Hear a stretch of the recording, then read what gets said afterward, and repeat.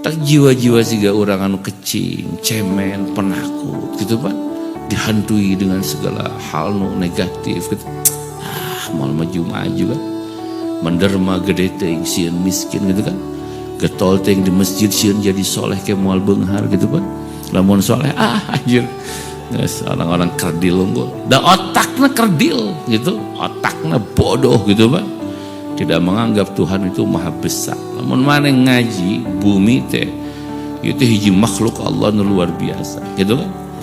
Bumi teh di jero kosmos, di jero galaksi. Ieu bumi teh ngadetik kayak getar, kayak resonan, nyambung jeung sakabeh jelema jeung kabeh makhluk hidup. Wah kitu cek ulama-ulama cek Ihya Imam Ghazali, mata cek Ihya dibahas bahwa kehidupan orang bumi ditentukan oleh kehidupan orang langit. Gitu Pak. Kumaha wah panjang nih ngomongkeun agungna Allah.